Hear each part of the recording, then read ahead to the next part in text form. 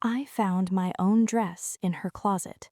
Not a dress like mine, not similar. Mine. The one I had bought in March at a boutique 2 cities away, the emerald green one that had taken me 40 minutes to decide on, the one still missing a button on the left sleeve that I had been meaning to replace for 2 months, missing button and all, hanging in my sister-in-law's closet in her apartment while I was standing there because she had asked me to water her plants while she was out of town. I stood in front of that closet for a very long time. Then I started looking at the rest of it. If you have ever discovered something that reframed every memory of the past 2 years in about 30 seconds, hit that like button right now. Subscribe, because what I found in that closet was not just a stolen dress, it was an entire stolen life. And getting it back was the most precise, methodical, satisfying thing I have ever done. My name is Diana Park. I'm 32. I'm a research analyst by profession, which means I am trained to take a question, follow every thread of available evidence, and arrive at the most accurate answer, regardless of whether that answer is the comfortable one. I am good at it. I am thorough. I do not stop when I find a partial answer if a complete answer is available. I wish sometimes that I was less thorough. Then I remembered the dress, and I understand that thoroughness was the only thing that saved me. My husband, Jason, has a younger sister named Claire. I had known Claire for 4 years, since before Jason and I were married. She was charming in the way of people who are genuinely interested in other people, always asking questions, always remembering answers, always showing up with the exact right energy for whatever the moment required. I liked her. I had considered her a friend, the kind of sister-in-law situation that feels lucky, a person who arrived with the marriage and turned out to be someone you would have chosen anyway. I had given her a key to our apartment 18 months ago for emergencies, the kind of arrangement that makes sense between family members who trust each other. She had used it for emergencies. I just hadn't understood what she considered an emergency. The dress was the beginning. After I found it, I did not take it and leave. I stood in her closet and I looked at the rest of it with the eyes of someone whose professional training had just been activated by something that required professional attention. The dress was not alone. There was a scarf I had lost in October. I had spent 20 minutes searching before concluding I had left it somewhere. It was hanging on the third hook from the left. There was a pair of earrings I had been looking for since a dinner party in January, in a small dish on her dresser, between her own jewelry. There was a book from our bookshelf, one Jason had given me as an anniversary gift, with our inscription on the inside cover, on her nightstand. I took photographs of everything, methodical, date-stamped, every item in its location in her apartment. Then I watered her plants. Then I went home and sat at my desk and opened my research file. I am not a person who operates from assumption. Assumption is the enemy of accurate conclusions. What I had was evidence of items from my home in her apartment. What I needed to understand was the scope, the pattern, and the purpose. I started with the access log. Our building had a digital key entry system that logged every entry by key. I had access to the building management portal because I was the leaseholder. I pulled the log for the past 18 months, since the date I had given Claire her key. She had used it 43 times. In 18 months, my sister-in-law had been in my apartment 43 times. Jason and I had been aware of perhaps 6 of those visits, the ones she had mentioned, the ones that had happened while we were home. 37 entries had occurred without our knowledge, primarily on weekday afternoons when I was at work and Jason, who worked from home but took a standing afternoon gym block, was reliably absent between 2 and 4 p.m. 37 entries. I sat with that number until it became a shape I could understand. Then I pulled our home security camera footage.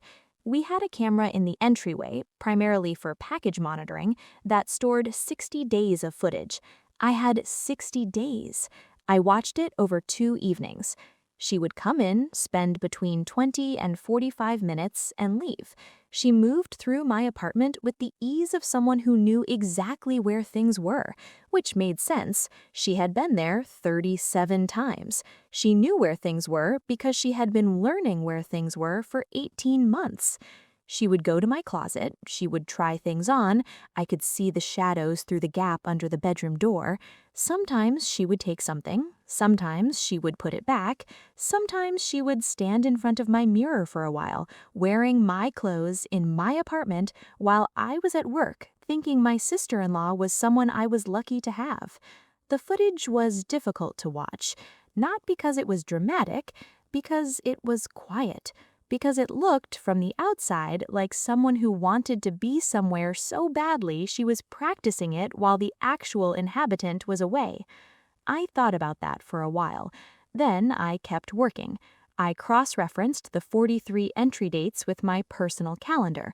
What had I been doing on those days? What events had come shortly before or after?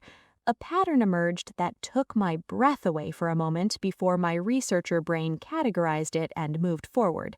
The entries clustered around significant events in my life. My promotion, announced to family at dinner, followed by 3 entries the next week, my anniversary trip, mentioned in group chat, followed by 2 entries while we were gone, my birthday, followed by 4 entries across the 10 days after. She was not stealing randomly. She was taking adjacent to the moments that mattered to me.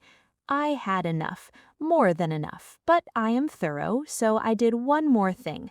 I looked at her social media, which was semi-public, visible to friends of friends, visible to me. She had been photographing herself in my things.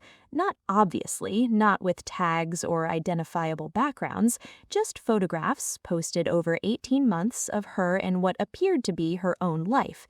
But I recognized the green scarf in a December photo. I recognized the earrings in a post from February. I recognized a cardigan I had searched for and never found, worn in a photograph from last spring. I sat with my complete file. Then I called my therapist because I am a person who believes in processing before acting, and this required processing.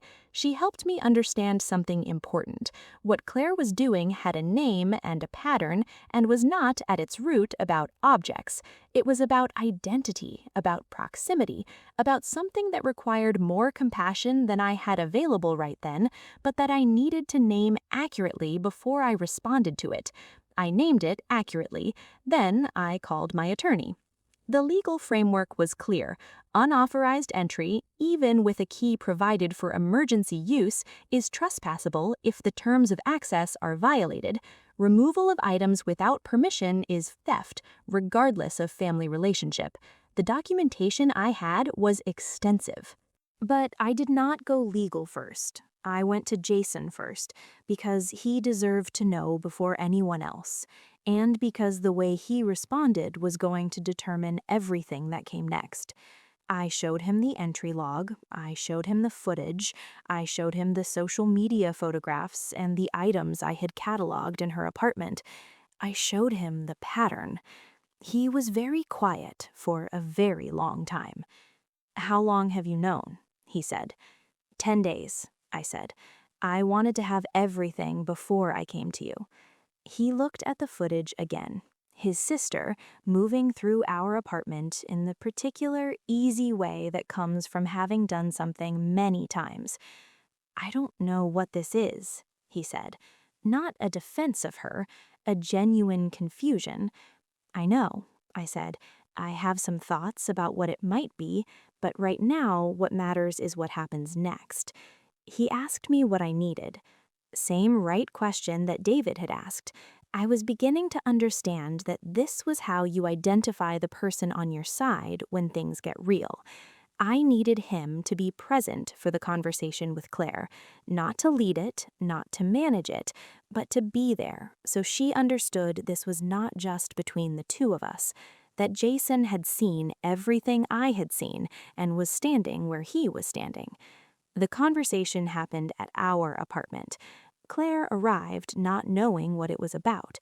When she saw Jason's face and mine and the folder on the table, something in her expression shifted into something complicated and small.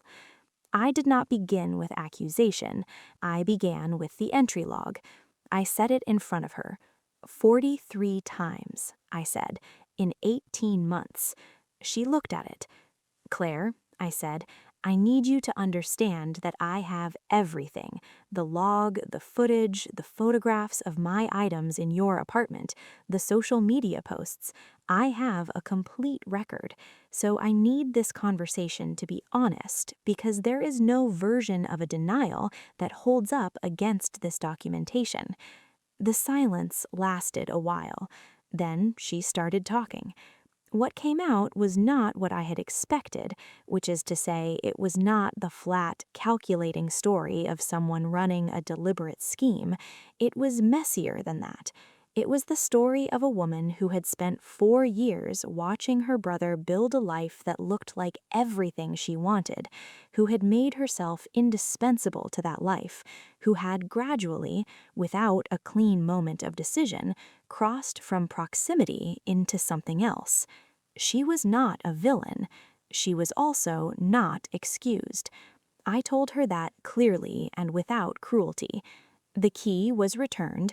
The items in her apartment were retrieved by me personally that same evening while Jason was present. Every item located and removed and returned to where it belonged. The social media posts were deleted. There was no legal filing. I had not wanted legal action if the situation could be resolved honestly, and it had been. What I wanted was clarity and completeness and the restoration of my actual life to my actual possession. Claire got professional help. I did not ask for that. Jason suggested it and she agreed, and I think the agreement was genuine because the conversation in our apartment had been honest enough to reach something real in her. She and I do not have the relationship we had before. We have a different one, more careful, more honest, without the particular warmth that was built on an access to my life she had manufactured rather than earned. I can live with that. What I could not have lived with was continuing to be warm towards someone who was practicing being me in my own apartment while I was away. My dress is back in my closet. The missing button has been replaced. I wore it last week to a dinner with friends, and it felt exactly like what it had always been. Mine, specifically and completely mine. Some things seem small when you first find them. A dress in a closet, a coffee mug on a shelf, a congratulations email for a sale you never agreed to. But small things, when you follow them with enough patience and enough precision, lead to the complete truth. And the complete truth, however hard it is to find, is always better than the comfortable partial version. I am a researcher. I follow threads, and every thread I have ever followed has led me somewhere worth knowing. If this story gave you that particular chill of recognition, tell me in the comments right now. Have you ever found something small that turned out to be the edge of something enormous? What did you do when you saw the whole picture? Subscribe for more stories where the woman who pays attention finally turns that attention on the people who underestimated her. Smash that like button. I read every single comment. See you in the next one.